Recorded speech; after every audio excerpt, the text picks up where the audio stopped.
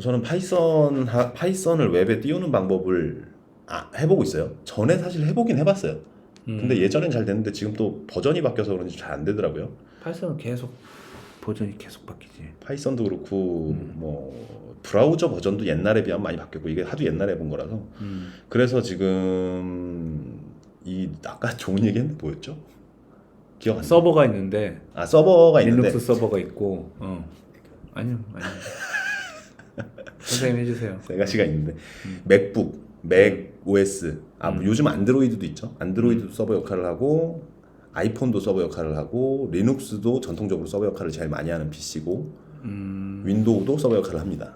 그래서 윈도우에서 돌아가는 서버 프로그램을 IIS라고 하고 리눅스에서 돌아가는 서버 프로그램은 여러 가지가 돌아가는데 윈도우에서는 IIS에만 제가 알기로는 IIS 정도 다른 건 몇 개 없는 걸로 알고 있어요. 거의 이게 하나로 알고 있고 리눅스에서는 여러 가지 프로그램이 돌아가요. 아파치 서버가 돌아가고 뭐 자바도 있고 파이썬도 있고 노드도 있고 막 여러 가지가 있어서 리눅스는 좀 여러 가지로 쓸 수 있는.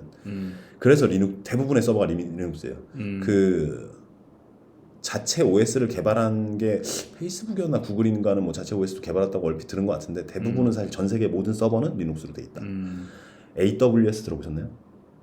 아마존이라는 곳에서 서버 서비스를 해요. 거기서도 리눅스를 쓰고 있습니다. 그래서 운영체제가 같다는 얘기는 같은 명령어를 쓸 수가 있어요. 윈도우에서는 명령어가 좀 달라요. 그래서 윈도우 서버를 쓰는 경우가 우리나라에서는 꽤나 많긴 한데 전 세계적으로 거의 안 쓰는 서버예요. 효율이 떨어져요. 그 단가 대비 효율이 떨어지는. 리눅스는 한 10,000원짜리 써도 10,000원짜리 서버 라즈베리 파이라는 걸 써도 웬만한 게 제어가 다 되고 제어 정도는 됩니다. 하드웨어 제어 정도는 되고요. 그리고 맥OS는 테스트 용도로 주로 쓰고 뭐 실제로 서버로 쓰지는 않는 것 같아요. 근데 이게 맥이고 테스트 용도로 쓰고 왜냐면 맥 자체는 맥북은 닫으면 꺼지니까 노트북은 특히나 안 쓰고 그리고 물론 iOS라고 하는 걸 OSX라고 하는 걸 쓰는데 OSX, OS 그러니까 OSX라는 게 오퍼레이팅 시스템 이름이에요. 윈도우처럼 OSX라는 운영체제를 쓰는데 얘가 맥미니로 가면 아니면 아이맥으로 가면 서버를 좀 그래도 제대로 쓸 수 있는 자기 PC를 서버로 쓰는 사람도 많거든요. 그러면 내 컴퓨터 안 끄면 그 서버로 쓰는 거예요. 근데 저도 FTP 서버는 컴퓨터를 쓰기도 해요. FTP 서버는 뭐냐면 내가 파일을 내 하드에 넣어놨는데 남들이 이거를 좀 읽었으면 좋겠다. 그럼 내가 서버를 따로 외부에다가 해놓지 않아도 되죠. 리눅스 같은 경우는 보통 안 꺼져야 되고 안정성이 있어야 되니까 외부에다 서버를 놓는데 그럼 용량 제한이 생겨요. 돈을 많이 내야지 용량을 많이 줘요. 이게 뭐 영상을 100기가 찍었다. 그럼 외부 서버를 하려면 돈이 너무 많이 들어. 한 10만 원씩 내야 돼 한 달에. 그러니까 너무 비싸니까 내 서버로 만들어서 여기서 가져가라. 그 대표적인 거 중에 하나가 지금은 없겠네요. 일단 엠박스가 외부 서버고 엠박스나 구글 드라이브나 뭐 그런 것들이 외부 서버입니다. 어쨌든 가져가라. 어딘가에 있어야지 가져갈 거 아니에요. 내 컴퓨터에서 바로 가져가라. 이런 게 이제 서버를 구성하면 그런 점이 좋고 그리고 윈도우, 리눅스, 맥북, 뭐 iOS, OSX, iOS는 그 아이폰에서 쓰는 걸 아이폰, 아이패드에서 쓰는 걸 iOS라 그래요. 그리고 마지막으로 안드로이드 OS. 얘도 운영 체제 아닌가요? 운영 체제? 운영 체제예요. 운영 체제에 서버를 설치할 수 있다. 거의 모든 운영 체제는 서버를 설치할 수 있다. 모든 운영 체제라고 좀 하면 웃긴 게 자바스크립트로 서버를 만드는 경우 타이니 서버 같은 게 있어요. 조그만 서버들. 그런 거는 이제 서버로 좀 잘 안 치죠. 그거는 이제 뭐 여기에 서버가 들어갈 수 있죠. 에어컨이나 뭐 좀 큰 기기들에는 여기에 OS가 설치돼 있어요. 윈도우를 못 가니까. 이런 데도 OS가 있습니다. 그래서 그거는 이제 저도 잘 모르는 분야긴 한데 거기에 들어가는 또 프로그램들이 따로 있고요. 그런 특화된 프로그램들이 있습니다. 근데 어쨌든 리눅스나 윈도우나 다 용량이 좀 커요. 얘도 커요. 얘도 설치하려면 처음에 재부팅 시키면 깔잖아요. 그 OS가 좀 크고 안드로이드 같은 경우에도 그렇고 전부 서버를 만들 수 있게 구성이 되어 있습니다. 지금 엉뚱한 얘기가 좀 길었는데 서버를 그래서 제가 지금 여러 군데 써보고 있어요. 파이썬 설치해서 제가 원하는 프로그램을 돌리려면 웹 서버를 돌리려면 어떻게 해야 되는지 한번 써보고 있는데 지금은 좀 살짝 그 부분에서 헤매고 있고 원래는 되게 간단한 걸 거예요. 근데 제가 쓸데없는데 시간을 쓰는 경우가 많아요. 괜히 여러 군데다 깔아서 지금 해보고 있고 여기서 서버를 돌리게 되면 어떻게 되냐면 서버라는 걸 실행을 시켜요. 프로그램처럼. 예를 들어서 뭐가 있죠? 형 쓰는 프로그램 뭐 있어요? 카톡 카톡 프로그램을 띄우는 거예요. 그럼 이게 카톡 웹 서버가 되는 걸로 알고 있거든요. 웹 서버가 된다. 카톡을 띄우면 그건 클라이언트구나. 두 가지가 있어요. 서버가 있고 클라이언트가 있어요. 근데 보통은 다 클라이언트 프로그램이에요. 내가 뭔가를 하고 있으면 서버로 보낼 수 있는 종류의 프로그램. 그리고 서버는 내 거에 들어올 수 있는 프로그램. 클라이언트가 서버로 접속하고 클라이언트가 서버에 요청을 해요.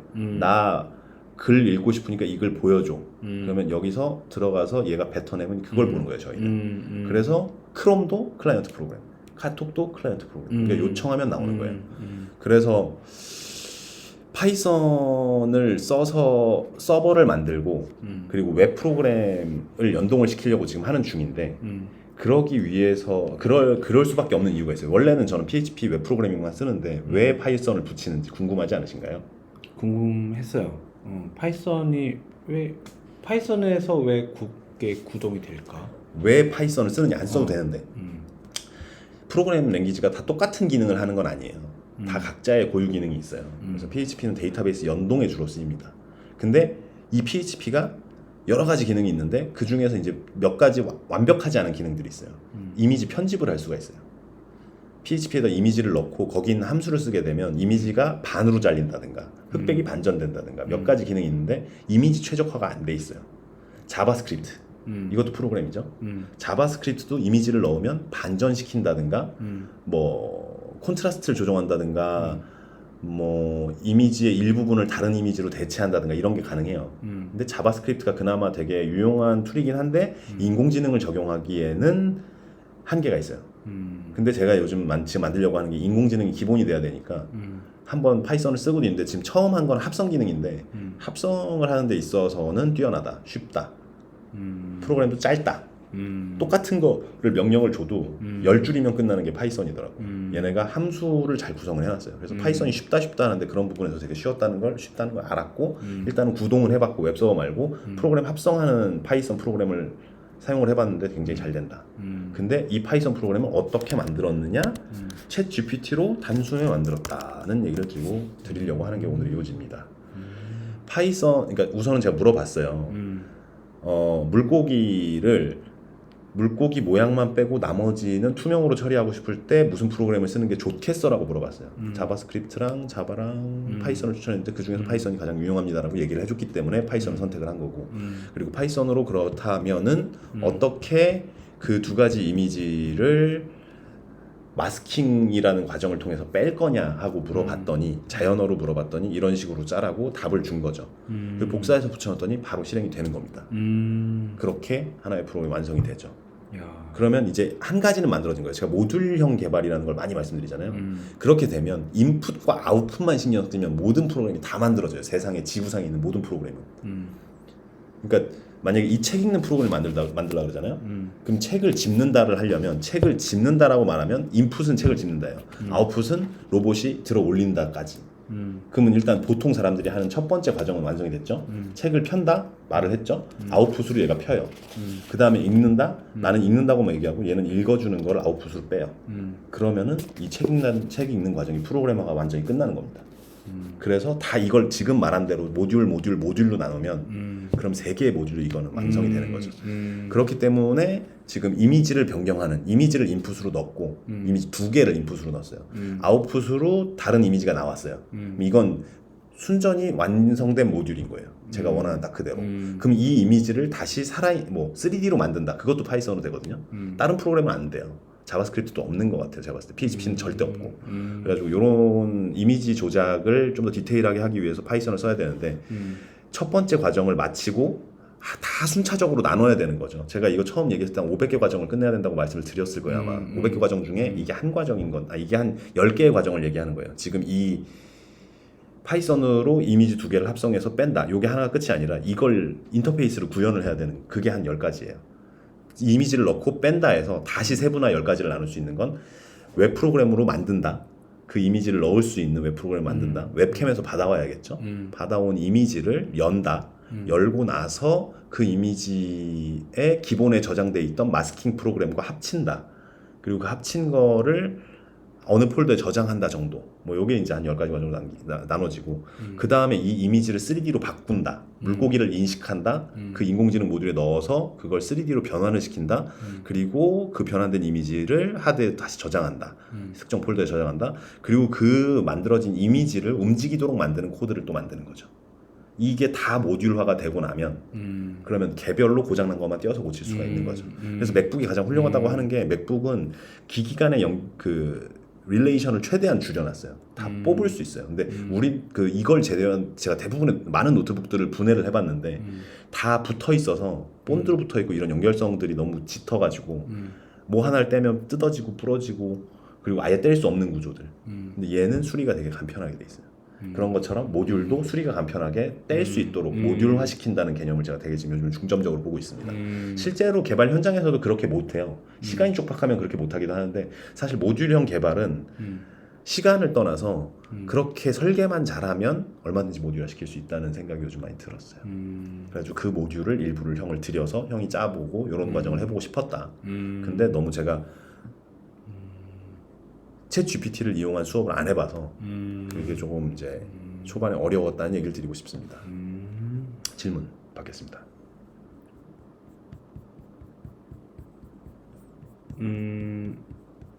파이썬 언어로 이렇게 짜면은 아까 그 서버는 선택을 한다고 했잖아. 그럼 별개 얘기인가? 파이썬으로 이렇게 뭔가 프로그램 짰어.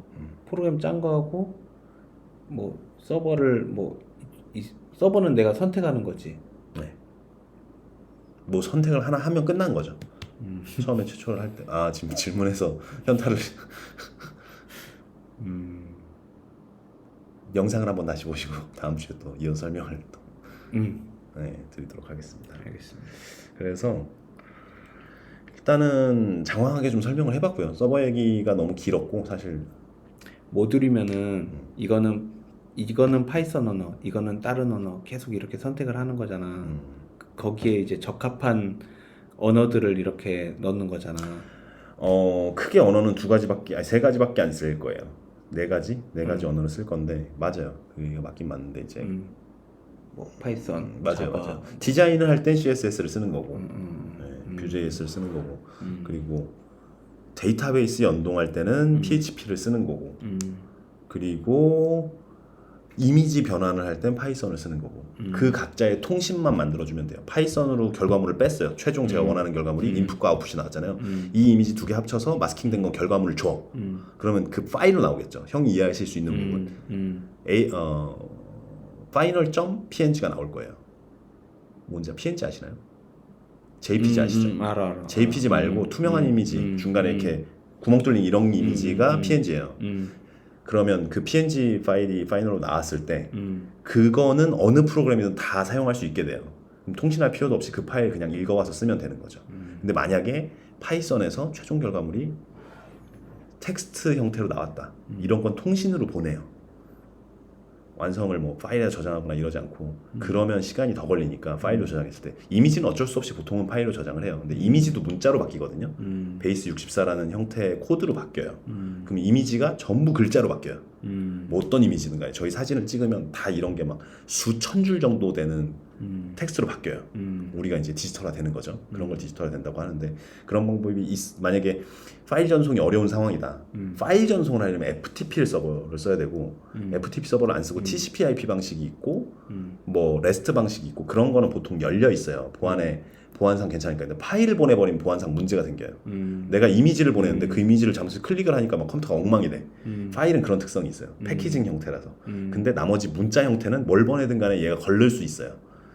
실행 파일 같은 거 누르면은 핸드폰에서 누르면 깔려버리잖아요. 그래서 그런 파일 전송 방식의 통신을 쓰지 않고 FTP를 쓰지 않고 보통은 프로그램 내부적으로 해킹의 위험이나 외부로 보냈을 때 받을 때 해킹의 위험 때문에 통신 방식을 TCP/IP, 뭐 REST 이런 걸 써요.